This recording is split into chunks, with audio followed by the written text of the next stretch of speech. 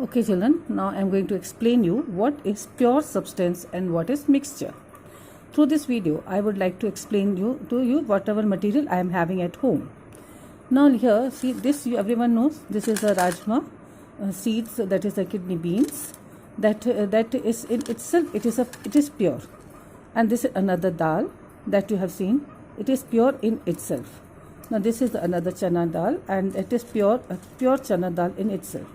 But as soon as I am mixing them together, if it is mixed together, now it is no longer a pure substance. Now it has become a mixture. Can you see it has become a mixture now? Now it is no longer a pure substance. What is this mixture now? Mixture are those substances in which the particles which are mixed together can be separated easily by the help of any physical means. Can be separated. You can see if I would like to separate, you can easily separate this from the mixture. Chana dal can be removed, this kidney beans can be removed, this dal can be removed. So everything what you are removing, when you are removing it, that means it is a mixture now. Now another example that we can take here is the common mixture that you use at home. This is a mixture that you eat at home every time. This mixture, this is no mixture, which is made up of 2 or 3, 4 substances that is to mix together, and it becomes very tasty. Now you can separate the things present here. You can see another substance that is there still, and now you can see this groundnut can be removed, this dal present in it can be removed, this everything can be removed very easily. So this mixture is that substance which is made up of 2 or more substances. Types of mixture: homogeneous and heterogeneous mixture. Mixtures are of 2 types. One is homogeneous. Now what is homogeneous? Homogeneous means that when the two substances are mixed together, and they will, after mixing it, they will become one. That means it will completely dissolve in it. So this I have taken potassium permanganate. In this I am adding water. Every time I am adding water and I am stirring it. After stirring it, you will see that every potassium permanganate crystals has been completely dissolved in it, and it became a transparent solution. Nothing is left behind. Now it became a transparent solution. That is, the potassium permanganate crystals have been completely dissolved in it. So this becomes a homogeneous mixture. Now what is heterogeneous? Now we will talk about heterogeneous mixture. I will show you 2 examples of heterogeneous mixture. One, see, I have taken some oil. I am adding some oil in this. To this I am adding water. The water is added to this oil, and you will see when water is added to the oil, and if I am mixing this oil and water together, is it possible to mix oil and water together and make it as a one solution? Can you see, children? No. You will still see the oil droplets there separated out. Oil is having a separate layer and water at the bottom. So 2 layers you will see very easily. So this shows that this is not a homogeneous mixture, but this is heterogeneous mixture, where the 2 components which you have added can be separated out easily. So it is a heterogeneous mixture.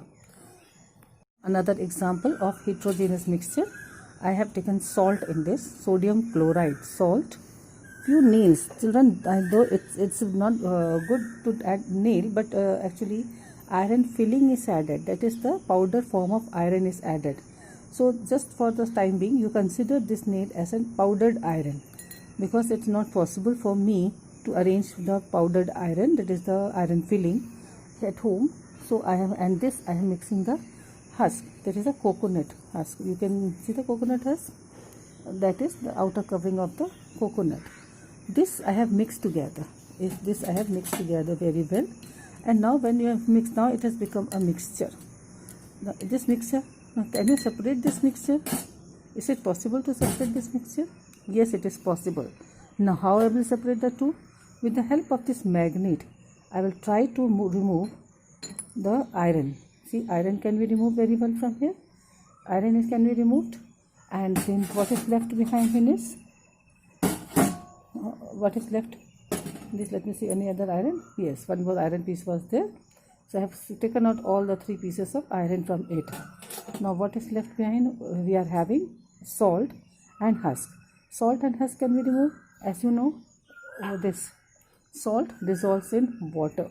When we add water, salt get dissolves in it. The salt get easily dissolved in it, very easily, and can be filtered out.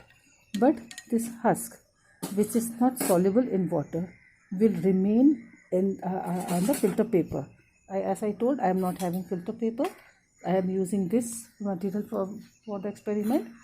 So now I am going to filter this out to make you understand how it is work.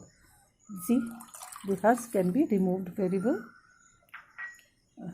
Husk can be removed and salt will be dissolved here. No doubt, children, salt was more and water was less. That is why with this we can do it again, so all the salt can be dissolved in it and husk will be remain out. So in this way, through this, now I am going to explain the types of mixture. I have taken these 3 glass here, and in that first glass I have taken potassium permanganate crystals. In second glass I have taken small amount of milk, and in the third glass I am taking chalk powder. I am adding chalk powder in it like this. Now we will see the mixture. These all 3 are pure substance in itself. That is potassium permanganate, milk, and chalk powder. Now in this I am adding equal amount of water. Small amount of water added to potassium permanganate. To this milk I have added small amount, and to this chalk powder I am having small amount I am added to them. Now I will mix them with the help of spatula. And the spatula is not there, so I have taken this spoon. Now I am mixing them together. So these are the 3 mixtures that have been prepared. Now what we will do, now with the help of what we will see, these 3, you will get a true solution, and another you will get a colloidal solution, and third you will get a suspension. Now in order to understand what is true solution, colloidal solution and suspension, we will see this solution which I have made. If I pass it through a filter paper, I am not having filter paper, but I am having this paper napkin. So this solution, you can see, if I am passing it through it, you will get down also we will get the same solution. That means I am mixing it. You will not get any crystals. No doubt the color will be there.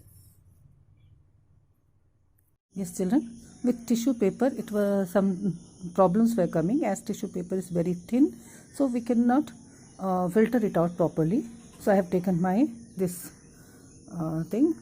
net here. If I will put this filtering this potassium permanganate, you will see there is no residue left. See, everything gone, nothing left here. So that means this is a true solution. You can see this is a true solution. Similarly, I will see that of milk. You will see what will happen with the milk. Milk is also a true solution, no problem, no doubt.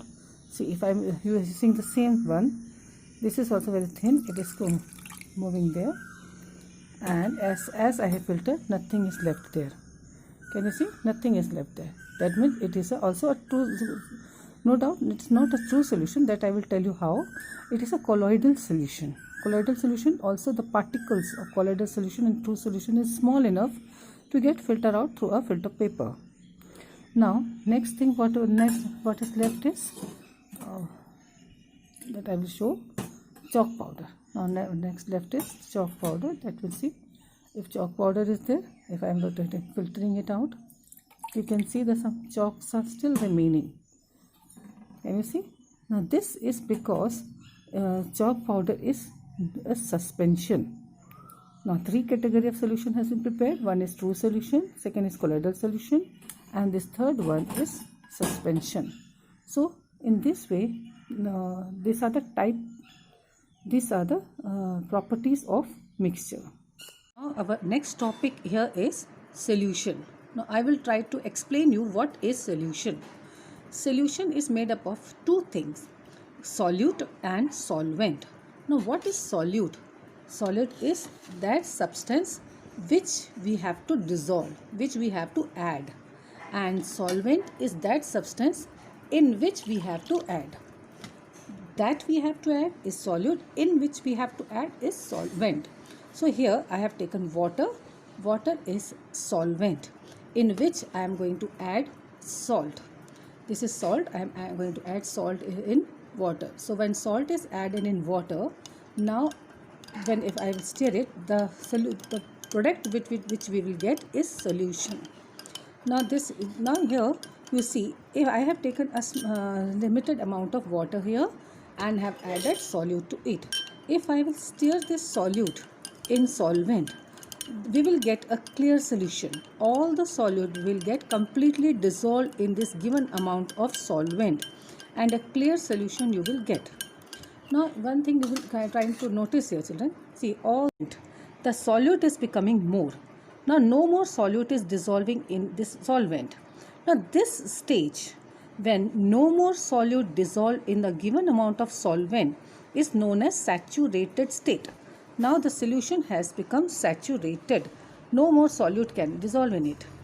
Before this, when solute was dissolving, that stage was unsaturated stage.